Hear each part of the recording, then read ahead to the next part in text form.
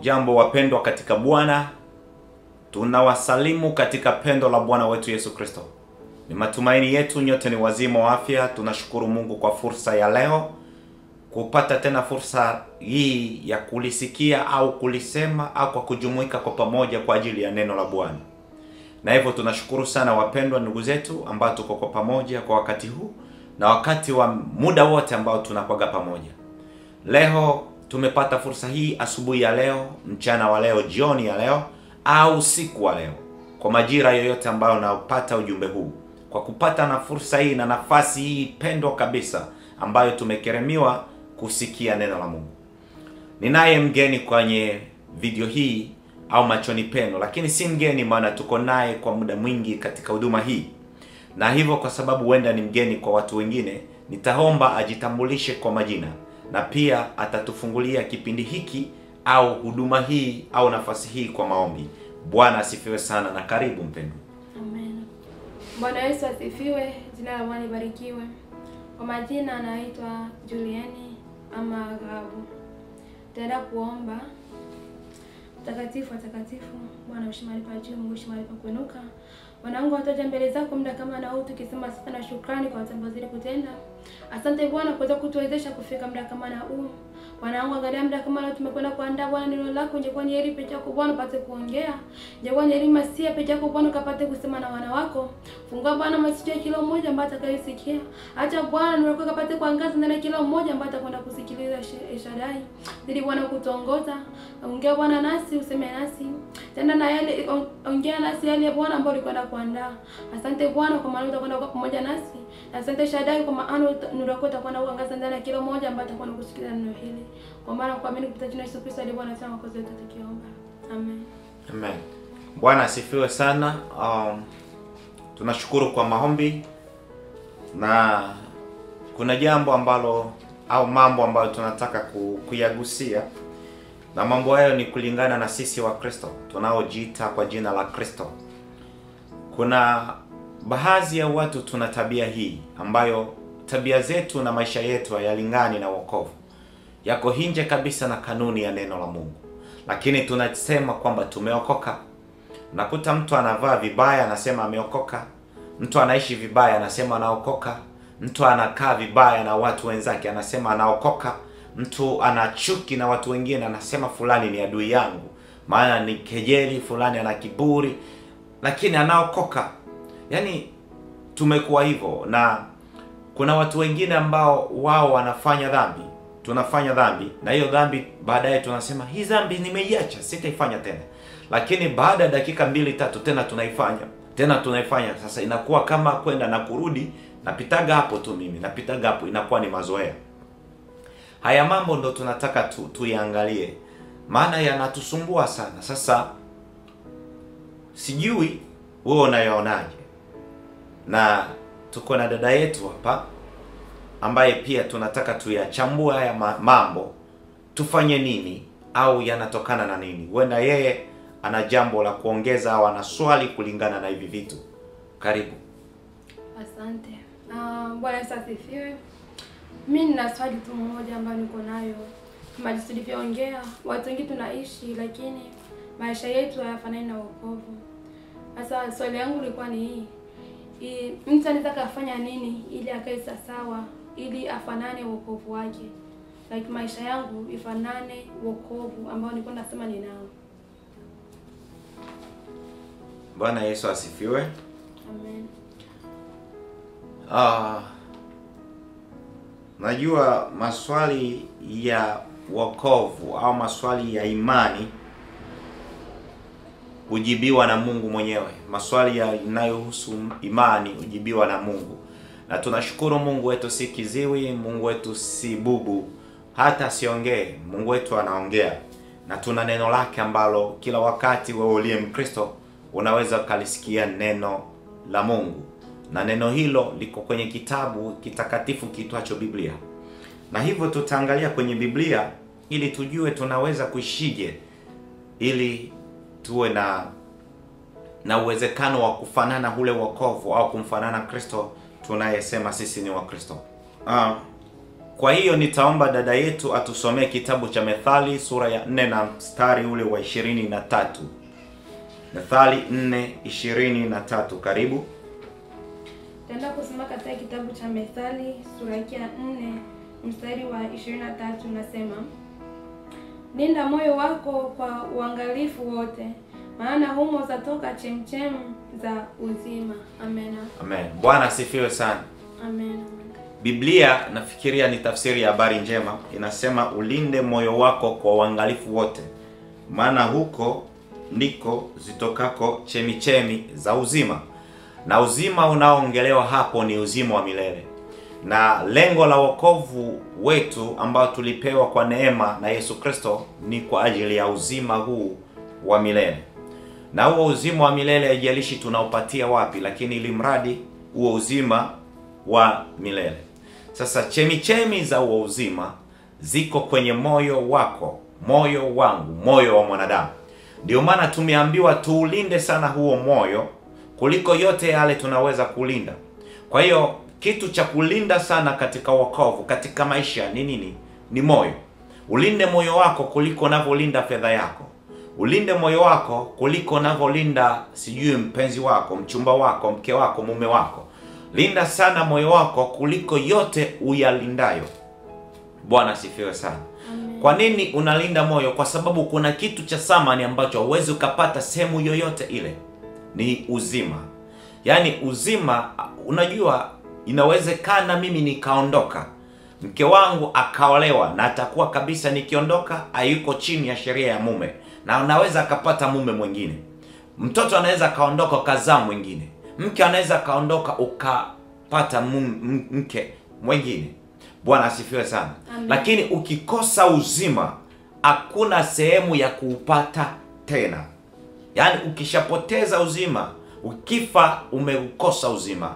Mwili ukishaondoka umekosa uzima milele. Na hivyo utakuwa mtu wa aibu na kudharauliwa milele na kuumizwa milele, kuumia milele. Kwa hiyo kitu ambacho kitakupa amani ya maisha yako ya umilele ni uzima. Na huo uzima chemichemi yake, ili uwe naishi katika huo uzima kwa maisha ya sasa na yale ya baadaye, ni nini? Ni moyo wako, ambapo hapo ndipo chemichemi au chanzo cha uzima huanzia hapo. Bwana asifiwe sana. Amen. Kwa hiyo ili uwe Mkristo mwema, au ili ushinde dhambi, au ili usiwe Mkristo ambaye unaitwa kwa jina la Kristo lakini unafanana na dunia, ulinde sana moyo. Maana moyo utakupa uzima. Na tunajua kila aina ya dhambi yote ni uasi. Dhambi ndiyo huleta umauti. Kwa hiyo kumbe kinyume cha uzima ni mauti. Na ukitaka kuwa na uzima lazima uwe unatenda haki, tenda mema, ishi vizuri. Na hauwezi ishi vizuri kama chemichemi ya uzima haitoi uzima. Bwana asifiwe sana. Amen. Amen. Sasa kwa nini inakuwaje? Maana gani ya kulinda moyo? Kwa nini tuulinde moyo? Na inatokaje moyo kupata uzima au kuwa chemichemi ya uzima? Hapa ni swali ambalo tunaweza tukajiulizia tupate manufaa hiyo. Bwana asifiwe sana. Amen. Lakini kabla hatujauliza hiyo, hatujajibu hilo swali, ngoja twende kwenye andiko nyingine, ambayo hiyo andiko ni Wakorinto wa pili sura yake ya 10 na aya yake ya 5. Bwana asifiwe sana. Amen.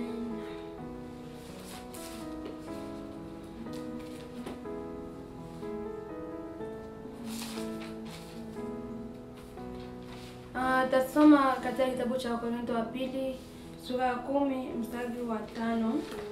Nasema na kubomoa kila kizuizi cha majivuno kilichowekwa kuipinga elimu ya Mungu. Tunaziteka fikira zote na kuzifanya kumtii Kristo. Amen. Amen. Wakorinto imesema kwamba tunaziteka fikra zote zimwelekee Kristo. lakini ni kuharibu elimu yote ya uongo. Kwa hiyo kama kuna watu waliwahi kukudanganya, unaweza ukasukwa na ukaishi vizuri na Mungu. Unajua Mungu angalii moyo, Mungu angalii mwili, anaangalia tu moyo. Watu ambao wamekufundisha aina yoyote ya uongo. Sasa neno la Mungu au mitume walikuwa wakihubiri ili kuvunja elimu hizo za uongo, za walimu hao wa uongo, wanaodanganya, wanaobadili neema ya Mungu kuwa ufisadi, kuharibu elimu yote hiyo, halafu kuziteka zile fikra zote za mwanadamu au za wanadamu wanaowasikiliza. Hizo fikra zimwelekee Kristo. Bwana asifiwe sana. Amen. Kwa hiyo kule tumesikia moyo ulindwe, maana kwenye moyo kuna nini? Chemichemi ya uzima. Tumesikia akili itekwe ili mwelekee Kristo. Kwa hiyo lengo la injili au ujumbe huu ufike kwako wewe, kwenye masikio yako, lakini malengo ni ujumbe huu uvunje kila elimu ya uongo uliowahi kusikia, alafu ichukue mawazo yako, fikra zako, zimwelekee nani? Kristo.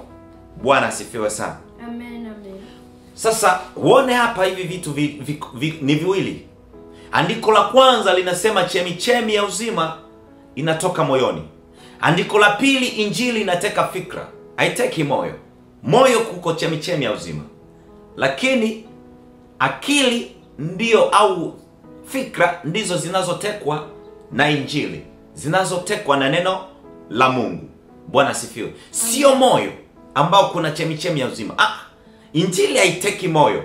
Injili inateka fikra zangu na za kwako, zimwelekee Kristo, kuvunja kila elimu mbaya tulionayo, alafu kuweka elimu ya kimungu na kuacha hiyo akili na fikra zimfikirie nani? Kristo. Bwana asifiwe sana. Amen, amen. Najua tunaangalia tuishije tu wa Kristo, tuachane na yale mambo, tuweze kushinda hata ile dhambi ambayo tunairudia mara kwa mara. Bwana asifiwe sana. Amen. Twende kwenye andiko lingine la tatu, ni andiko la Methali, sura ile yake ni ya 23 na aya ya 7. Mlango wa 23 aya ya 7, kitabu ni cha Methali. Bwana Yesu asifiwe. Tasoma katika kitabu cha Methali sura ya 23 mstari wa 7, inasema, maana aonavyo nafsini mwake ndivyo alivyo. Akuambia haya kula kunywa, lakini moyo wake haui pamoja nawe. Amen. Amen. Bwana Yesu asifiwe sana. Amen. Aonavyo nafsini mwake ndivyo alivyo. Akwambia haya kula kunywa, lakini moyo wake auwe pamoja na wewe. Na kuna Wakristo wa namna hiyo. Akwambia mimi ni Mkristo, mimi naishi hivi, lakini moyo wake haupo karibu na Kristo. Moyo wake hauko kwenye hicho alichokisema. Ila uangalie alivyo yeye, ni mawazo ya moyo wake. Kwa hiyo dada yetu kuvaa hivyo unavyoona anapendeza, utafikiria malaika au Maria mama yake Yesu. Hii ni matokeo ya nafsi, ya mawazo ya nafsi. Nilivyo mimi ni matokeo ya nafsi. Kwa hiyo ili mtu avae sketi fupi ni matokeo ya kila alichowaza wapi? Nafsini mwake. Ili mtu avute sigara ni matokeo ya kila alichokiwaza nafsini mwake. Maana vile unavyoona mtu anavyoishi ni matokeo ya mawazo ya nafsi. Ukiona mtu anataka sana ibada ni matokeo ya mawazo ya nafsi. Ukiona mtu anataka sana uzinzi ni matokeo ya mawazo ya nafsi. Bwana asifiwe sana. Amen. Kwa hiyo mimi na wewe mimi na wewe ni matokeo ya mawazo ya nafsi. Sijasema mwili kukomaa na kuwa mtu mzima, hapana. Au afya yako, hapana. Maisha yako jumla, jinsi unavyoishi, character, yani matendo yako na usemi wa maneno yako, yani jinsi ulivyo tu mbele za watu wanavyokusoma, wanakusoma kwa matokeo ya mawazo ya nafsi yako. Bwana sifiwe sana. Amen. Sasa kuna vitu vitatu hapa vimetajwa. Cha kwanza ni moyo, kuna chemichemi ya uzima. Cha tatu ni akili, inatekwa na injili ili mwelekee Kristo. Na cha tatu ni nafsi, ambayo ndiyo wewe. Mimi na wewe ni nafsi. Biblia inasema ndipo Bwana Mungu akafinyanga mwanadamu, naye akapuliza pumzi ya uhai. Mwanadamu sio akawa roho hai. Mwanadamu sio akawa moyo hai. Mwanadamu sio akawa mwili hai. Mwanadamu akawa nafsi hai. Kwa hiyo mwanadamu ni nafsi iliyo hai. Bwana Yesu asifiwe sana. Amen. Kwa hiyo mimi na wewe ni nafsi iliyo hai ndani ya mwili. Bwana Yesu asifiwe sana. Amen. Na hiyo andiko tumesikia mimi na wewe, kumbe tunavyoishi, tunavyofanya, tunavyotembea ni matokeo ya mawazo ya hiyo nafsi. Na hiyo nafsi ndio mimi, hiyo nafsi ndio huyo nafsi ndio wewe. Bwana asifiwe sana. Amen, amen. Sasa hivi vitu vitatu viko hivyo. Bwana Yesu asifiwe. Kakangu, mimi nilikuwa na swali. Kama jinsi ulivyotaja hivi vitu vitatu, kuna moyo, kuna fikra ambayo ni mawazo yetu, alafu kuna nafsi. Swali yangu lilikuwa ni hivi, hivi vitu vitatu vina uhusiano gani na maisha yetu ya kiroho? Amen. Bwana Yesu asifiwe. Amen. Moyo ambako ndiko chemichemi ya uzima, fikra ambayo hiyo fikra inachambua au inafikiri, na nafsi ambayo ina mawazo ambayo inatokea, inafanya mawazo yake, inatufanya sisi tuwe vile ambavyo tulivyowaza. Vina uhusiano gani na maisha yetu? Au vina uhusiano gani na jinsi ambavyo tunapaswa kuishi ili kulingana na wokovu? Uhusiano wake ni huu. Moyo ambako ndiko kwenye chemichemi ya uzima ni kituo cha mapokeo. Sijui nyie mmesoma mnahitaji pale ambapo unafika, kwa mfano unataka kuingia kwenye nyumba fulani, sana sana hizi za government, nyumba hizi za serikali. Ukitaka kuingia pale, kuna sehemu mlango ambapo wanakupokea.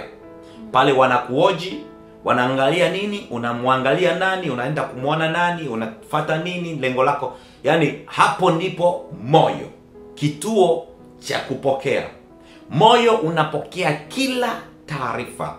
Sasa shetani ambaye yeye hutumia mwili wangu na wakwako kutuangusha, yeye naye upeleka ujumbe wa mwili moyoni.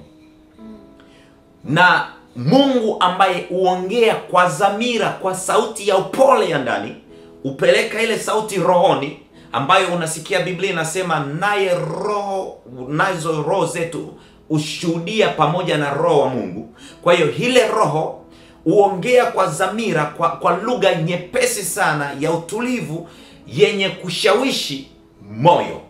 Sasa hiyo ndiyo uleta uzima, uchemsha ile uzima, na mwili uchemsha ule umahuti katika moyo wangu na wakwako. Sasa moyo ikishapokea hivi vitu viwili, inavipeleka vyote viwili kwenye akili yako, ambapo hapo akili inaanza sasa kuchakanua, kufikiri nini cha kufanya. Ninataka kuiba. Mwili, mfano mwili una macho yameona pale kuna $100. Sasa unaanza, inashusha kwenye nafsi yako, kwenye moyo wako, kwamba pale kuna $100 na unakosa kiatu. Sasa kile kiatu unakikumbuka, ulikiona pale kiko $50, na pale kuna mtu ameangusha ile $100 pale, so amesimama. Sasa nenda pale ukaichukue. Sasa hiyo sasa inapeleka mwili, umeshapeleka mahitaji, kwamba umeona 100, unahitaji kiatu. Umepeleka hiyo mahitaji wapi? Na moyoni. Moyo unachukua yale mahitaji, unapeleka kwenye akili. Akili inaanza kuwaza sasa, nitachukuaje ile pesa? Itanisaidia nini? Nitaenda nayo wapi? Nitafanyia nayo nini? Inaanza kuchakachua hiyo.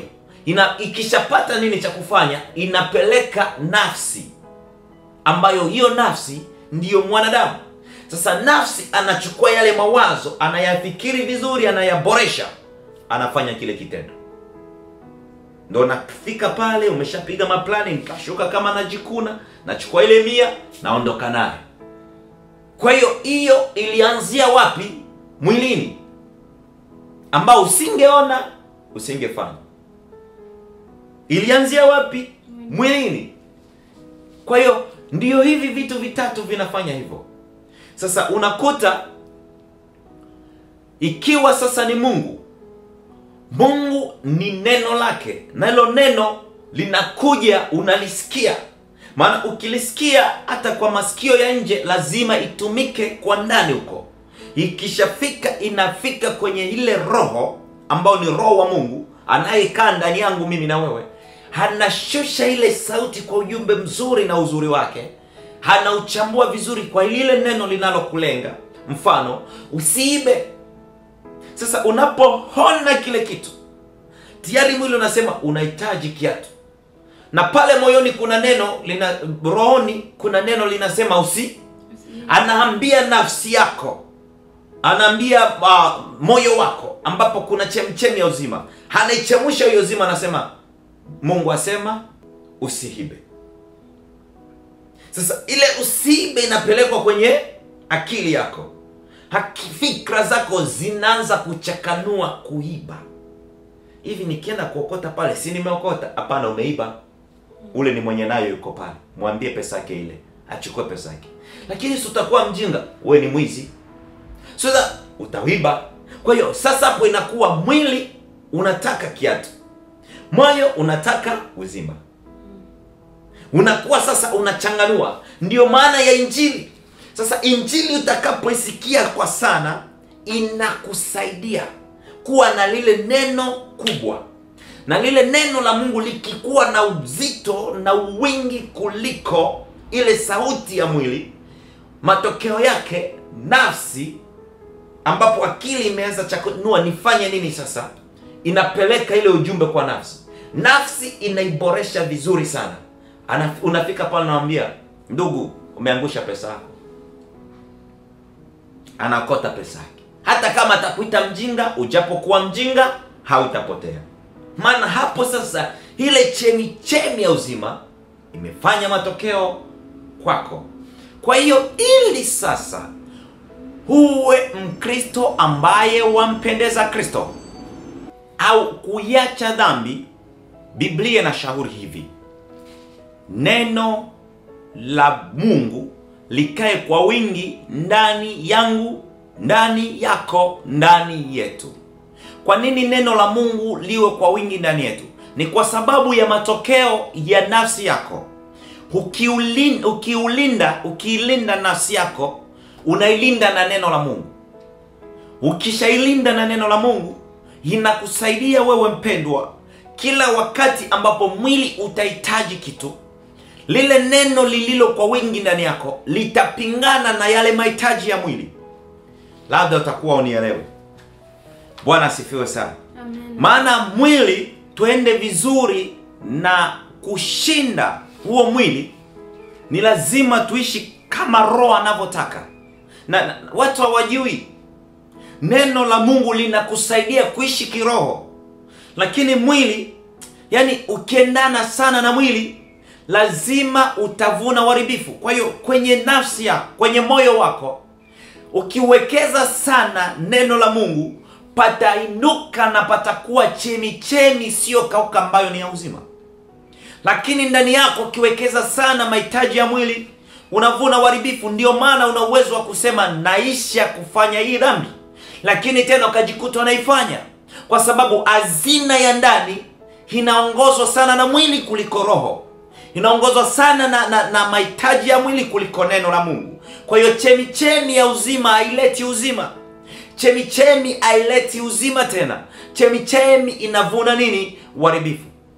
Na ikifikia sasa shetani amekuteka mpaka kwa ndani huko, ambako hawezi kusikia tena neno la Mungu au sauti ya Mungu kwa dhamira, hujue umefika pabaya sana. Maana shetani huanza kwa mambo ya nje, ukoonyesha mambo ya dunia na yanayopendeza duniani, ukoonyesha mambo ya tamanikayo, na hayo mambo ndio huingiza ndani ya moyo wako. Moyo usafirisha kwenye fikra zako, fikra ushuka mpaka kwenye moyo, nafsi yako. Nafsi utenda kama ulichokifikiri, na hivyo neno la Mungu huingia ndani na kupiga upanga ukatao zaidi ya unavyokata kuwili. huchambua mawazo yako na fikra zako. Kwa hiyo neno la Mungu linaingia kwa ndani, linapiga kwa ndani, linachemsha ule uzima, linafikisha kwenye fikra zako. Fikra inashusha kwenye nafsi yako, nafsi inatenda kama kile ulichokifikiri. Bwana asifiwe sana. Amen. Sijamaanisha eti ukiugua usiende hospitalini, eti usijali na mwili hata unapougua. Kuna mahitaji ya mwili ambayo hayako sawa, na kamwe mwili na roho. Ukisoma kwenye kitabu cha Wagalatia sura ile ni ya 5 aya yake ya 16 mpaka 18. Ngoja tusomee Wagalatia hiyo. Tutasoma katika kitabu cha Wagalatia sura ya 5 mstari wa 16 hadi 18. Inasema, Kwa hiyo nasema, enendeni kwa roho, wala hamtatimiza kamwe tamaa za mwili. Kwa maana mwili hutamani yale yaliyo kinyume na roho, naye roho hutamani yale yaliyo kinyume na mwili. Roho na mwili hupingana, na kwa sababu hiyo hamwezi kufanya mnayotaka. Lakini kama mkiongozwa na roho, hamko chini ya sheria. Amen. Bwana asifiwe sana. Amen. Umesikia? Roho inataka uzima, mwili unataka umauti. Mwili unataka uwe mrembo sana, yani wavutie wanaume wengi, kila unapopita wasema you are beautiful, wewe ni mrembo. Mwili unataka uwe na gari nzuri yenye thamani. Mwili unataka uwe mtu maarufu, mwimbaji maarufu. Mwili unataka uwe mhubiri mzuri kuliko wote. Lakini roho inakwambia ajinyenyekezaye atakwezwa. Bwana asifiwe. Lakini roho inakwambia wewe ni mtumishi, lazima watumikie watu, wache wawe juu yako. Kama Kristo alivyowaosha wanafunzi miguu, na wewe waoshe hao watu, watendea watu. Lakini mwili hautaki hiyo mambo. Roho inataka utoe sadaka kwa kificho, msaidie maskini ikiwa siri yako. Lakini mwili unataka ufanye in public, ili watu wajue kwamba wewe unawasaidia watu Afrika. Unapeleka mpaka na makamera na rekodi, alafu unadanganya eti mtusaidie, tuwasaidie watu. Wakati hizo walikuwa wanasaidia watu toka zamani, lakini kwa siri. Kwa hiyo unakuta mwili unataka vitu ambavyo ni vya uharibifu, lakini roho haitakani na hivyo vitu. Kwa hiyo kumbe hivi vitu viwili vimeshindana, navyo haviwezi kupatana. Anayeenda katika mwili atavuna nini? Uharibifu. Na anayeenda katika roho anavuna uzima. Na huo uzima chemichemi yake kwa wapi? Moyoni mwangu, moyoni mwako. Amena. Amen. Kumbe kama tunafanya dhambi ni kwa sababu tumesikiliza sana nini? Mwili. Na ili tushinde huo mwili tunahitaji nini sana? Neno la Mungu. Kuna ukisoma kitabu cha Mathayo sura ya 4, unaanza mstari wa 1, au Luka sura ya 4 mstari wa 1, unakuta kuna jaribu ambazo Yesu alijaribiwa na shetani. Jaribu ya kwanza anaambiwa ageuze jiwe kuwa mkate. Swali, angegeuza ile jiwe kuwa mkate, maana yanaweza, si mwana wa Mungu? Ile jiwe ingekuwa mkate, ingetumika mwili au angetumia roho? Nauliza, ile jaribu ambalo Yesu anajaribiwa akiulizwa ligeuze jiwe hili, ikiwa wewe ni mwana wa Mungu, ligeuze jiwe kuwa mkate. Angegeuza ile jiwe ikawa mkate, ule mkate akaula, ungesaidia mwili au ungesaidia roho? Ungesaidia mwili. Lakini kwa sababu alijua haya ni mahitaji ya mwili, kula si dhambi, lakini ni mahitaji ya mwili ili muondoe kwenye uwepo wa roho, alisema kwamba mtu hatoishi kwa mkate tu. Kwa hiyo kula chakula tu sio mtu anavyoishi. Mtu aishi kwa ajili ya chakula, bali anakula chakula kwa ajili ya ishi. Kwa hiyo mimi na wewe tunakula ili tuishi, atuishi kwa ajili ya chakula. Tunaishi bali kwa kila neno litokalo kwa Mungu. Tunaishi kwa neno, na neno hilo ndo lisema tuumbe mtu kwa mfano wetu. Kwa hiyo tunaishi kwa neno, na kwa sababu hiyo, ili uweze kuishi kwa chemichemi lazima uishi kwa neno, si kwa mahitaji ya mwili. Yesu alijua na shetani alijua, majaribu yote alimjaribu ili Yesu afanye mapenzi ya mwili. Bwana asifiwe sana. Amen. Jaribu lingine anamwambia kwamba hivi vyote nitakupa. Akamwonyesha milki yote ya dunia kwa dakika hii moja. Nitakupa hivi vyote endapo utanisujudia. Sasa swali, Yesu angepewa dunia yote na milki akaimiliki, akawa sijui ndo tajiri wa kwanza, mtu wa kwanza kuwa na vitu vingi dunia na kuimiliki, ingekuwa imemsaidia roho au mwili? Ingesaidia mwili. Mwili. Lakini Yesu alijua hichi ni mahitaji ya mwili ambayo inaniangusha wapi? Rohoni. Akasema kwamba imeandikwa, utamwabudu Bwana Mungu wako tu. Mpaka sasa kuna Wakristo wameanguka hapo. Wametafuta umaarufu kupitia nyimbo za Mungu. Wanataja jina la Mungu, lakini wanapewa umaarufu na shetani. Wanatumia mahitaji ya mwili. Amefungua channel yake, unajua utabarikiwa. Malengo sio kubarikiwa, na kila wakati anaangalia viewers. Wangapi wameangalia? Subscribe ngapi zimepanda? Kwa hiyo yeye anaangalia ameshajulikanaje. Hata ukimwalika kwenye mkutano, namwambia mwimbaji fulani tunakualika kwenye mkutano wa Injili, anasema mna shilingi ngapi? Mtanilipa dola ngapi? Kuja huko si bure. Jaribu kumwalika mwimbaji wa Tanzania, atataka malipo. Kwa nini anataka malipo? Kwa sababu yeye anahitaji mahitaji ya mwili. Huyu kamwe hawezi kutimiza mapenzi ya roho. Maana roho yaisema kwamba injili ni bure. Mmepewa bure, toeni bure. Lakini nafika kipindi hawezi ukaombewa mpaka sadaka. Kwa hiyo inafika kipindi unatawaliwa sana na mwili. Kwa sababu ya nini? Umeingia kwenye majaribu ya kutaka sana mwili. Chemi imezima, uzima haupo. Unafikiria nini? Mwili. Mafikra zako zinawaza nini? Mwili. Moyo wako unatenda, nafsi yako inatenda kama atakavyo mwili. Mwisho wa siku unatuvalia sketi imebana sana kama Martha Mwaipaja. Tena unatuvalia mpaka masuruali kama Martha Mwaipaja. Na unasema umeokoka. Wewe tayari ni matokeo ya kile unachokiwaza wapi? Nafsini. Hawezi ukadanganya umeokoka na haujistiri. Kwa sababu ukisema Mungu anaangalia roho, hiyo roho hiyo unayoisema ndiyo matokeo hayo. Kwa hiyo matokeo, ulikataa hiyo roho ambayo Mungu anaiangalia, iliyochemsha uzima ndani yako, ukakubaliana na mwili, ukafikiria kuhusu mwili, ukatuvalia vya kubana. Ulikataa kile ambacho roho ilikuambia kwamba toeni bure, mmepokea bure, toeni bure. Ukataka mahitaji ya mwili kwamba ukipata fedha hapo utaingiza milioni kadhaa, utanunua gari, ambayo ni mahitaji ya mwili. Mpaka mwisho ukaitisha sadaka ya maombi. Kwa hiyo hiyo ni matokeo ya nini? Ya mwili. Bwana tusaidie sana. Amen. Na jaribu la tatu anamwambia kwamba ikiwa wewe ni mwana wa Mungu, jitupe chini, maana imeandikwa hatawaagiza malaika zake. Kumbuka shetani naye alisema maana imeandikwa hatawaagiza malaika zake. Ananukuu kitabu cha Zaburi. Na tena anawaagiza malaika zake wakutoe, wakulinde ili usijikwae kwenye jiwe. Bwana Yesu asifiwe sana. Amen. Lakini Yesu alipojua hii ni mambo ya mwili, akamwambia enenda zako shetani. Maana enenda nyuma yako shetani. Maana imeandikwa usimjaribu Bwana Mungu wako. Kwa hiyo shetani alipoleta mambo ya mwili, Yesu alimwambia mambo ya roho. Maana anajua mwili na roho havipatani. Havijawahi kupatana.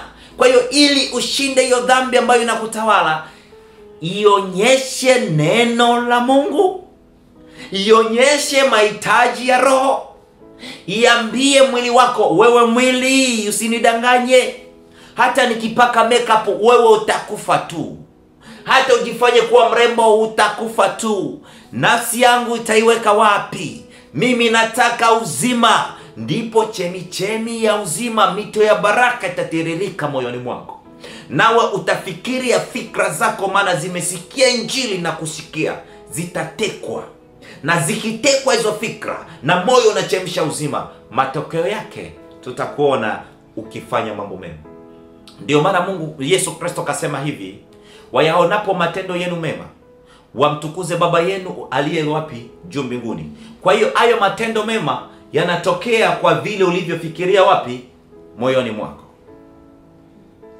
Bwana sifiwe sana. Amen. Matokeo ya matendo mema ni kile ambacho nafsi yako inakibeba. Umefikiri, nafsi yako ikafikiri, ukawaza, inatokea hiyo, na watu wanamtukuza Mungu kwamba si ndo Rahabu yule Julian, yeye alikuwa anavaa suruali yule tukua kwenye grade fulani, alikuwa hivi, alikuwa na suko, lakini imekuaje? Ni kwa sababu aliingiza neno, akaingiza neno, akalifikiri neno, matokeo yake anaishi hivi.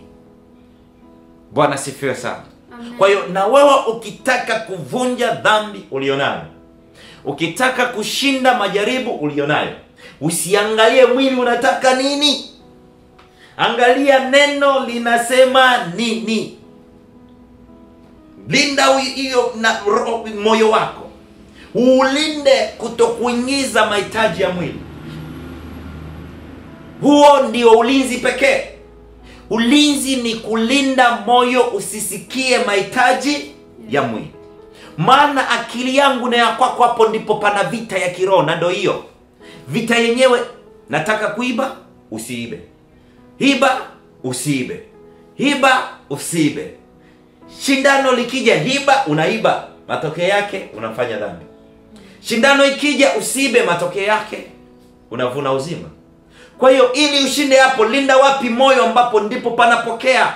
Angalia mgeni nani anakuja. Akiwa mgeni wa mwili, mfukuze. Utawezaje? Neno liwe kwa wingi. Neno liwe kwa wingi. Maana Yesu neno lilikuwa ndani yake, ndio maana shetani alipoleta jaribu, imeandikwa. Na kila imeandikwa ilikuwa kinyume na mapenzi ya mwili.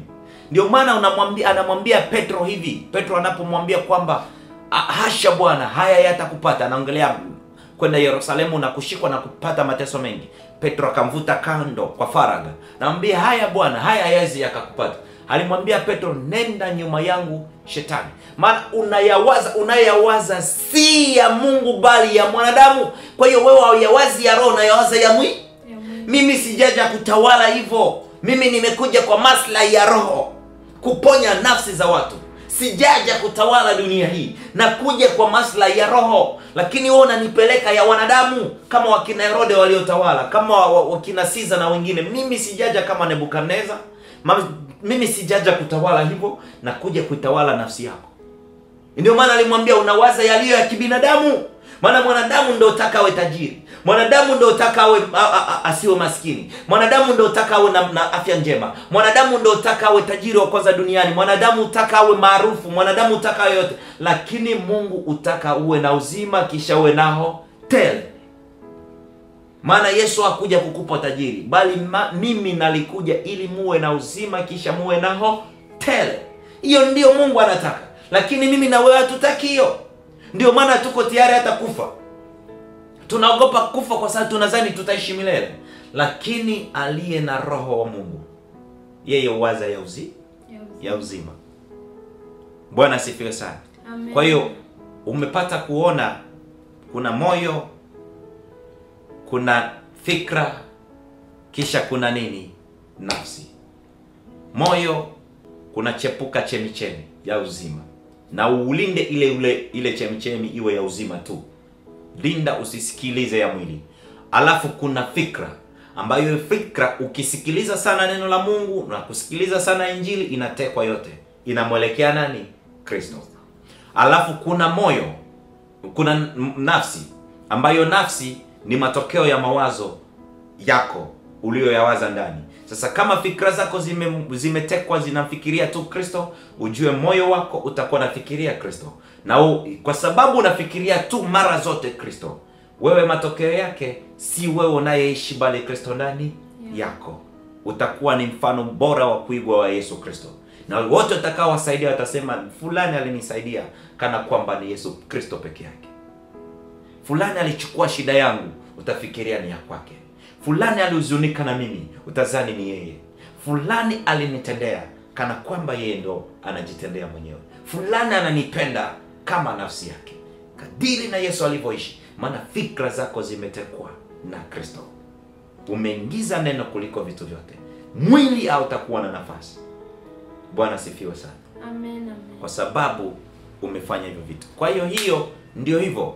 Yeyote anayekwambia kwamba mimi nimeokoka, Mungu angalie mwili, anaangalia tu roho, Alivyo yeye ni matokeo ya kila anachokiwaza. Asikudanganye. Yaani yeye alivyo ndivyo nafsi yake ilivyo hivyo. Kama anavaa sketi fupi, hiyo sketi ameshakuwa nayo nafsini. Kama anasukwa, alianza kusukwa nafsini.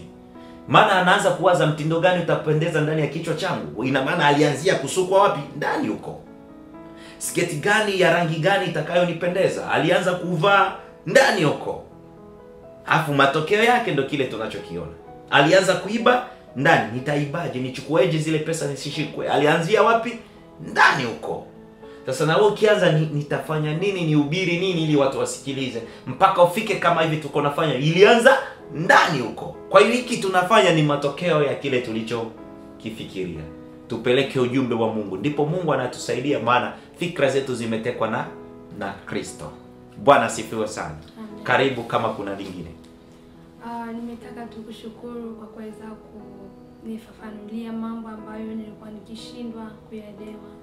Na Mwenyezi Mungu sana akubariki na awabariki na nyote pia ambao mnakwenda kusikiliza ujumbe huu. Nina matumaini nyote mmekwenda kuelewa na mmekwenda kupata majibu ya maswali kadha wa kadha ambayo mlikuwa nayo. Amen. Amen. Bwana asifiwe sana. Amen. Na mimi pia ninawashukuru sana ndugu zetu ambao tuko kwa pamoja kwa wakati wote kwa kusambaza ujumbe wa Bwana. Neema ya Bwana izidi kuwa pamoja nanyi. Zidi kutumiana ujumbe huu, au kama hata unaweza kuhubiri kwa watu wengine, hubiri ujumbe huu kwa watu wengine. Wazidi kuacha hiyo dhambi. Wasijidanganye kwamba Mungu anaangalia roho, angalie wanachokifanya. Mungu, yale matokeo tunayoona mwilini ni matokeo ya mawazo ya nafsi zao. Ndivyo ilivyo hivyo. Na waweze wakabadilisha. Na ndio maana kwa maneno yako utahesabiwa kwamba una haki, na kwa maneno yako utahesabiwa hukumu. Kwa sababu maneno yako ni matokeo ya kile ulichokiwaza. Maisha yako, mwenendo wako ni matokeo ya kile ulichokiwaza nafsini. Na hiyo ulichokiwaza kwenye nafsi yako, na hiyo nafsi ndio itakayohukumiwa. Wahubiri watu wengine. Jehanamu ni mahali ambapo shetani amewekewa pamoja na malaika zake. Sio sehemu yako, sio sehemu yake, sio sehemu yangu. Ni sehemu ya shetani. Na tufanye kampeni shetani ajikute mwenyewe na malaika zake. Bwana sifiwe sana. Amen, amen. Kwa hiyo tunamalizia hapo. Tunashukuru sana na Mungu awabariki. Ngoja tufunge kwenye kipindi hichi na maombi, na yeye dada yetu tusaidie kwa maombi hayo. Bwana asifiwe. Amen. Asante mtakatifu, mtakatifu, asante Bwana wangu. Kwa maana umekwenda kwa pamoja nasi, umekwenda kutuongoza, umekwenda Bwana kuongea nasi yaliyo mengi. Bwana tusaidie tukapate kuyaweka katika akili yetu. Acha Bwana tukatende yale ambayo ulikwenda kutuambia tukapate kuyatenda. Acha Bwana tukaende katika roho ili kama tusitimize tamaa za mwili. Ili Bwana kutuongoza na tusimamie. Bariki kila mmoja ambaye atakwenda kusikiliza ujumbe huu. Zidi kwa pamoja naye na ukapate kumuongoza. Asante Bwana kwa yote, nikutakia Yesu Kristo tukiomba na kuamini. Amen. Amen. Amen. Tutazidi wakati mwingine Bwana akitupatia nafasi. Tuzidi kuombeana. Safari yenye miba na michongoma ni nzito. Na Mungu awabariki kwa jina la Yesu. Amen.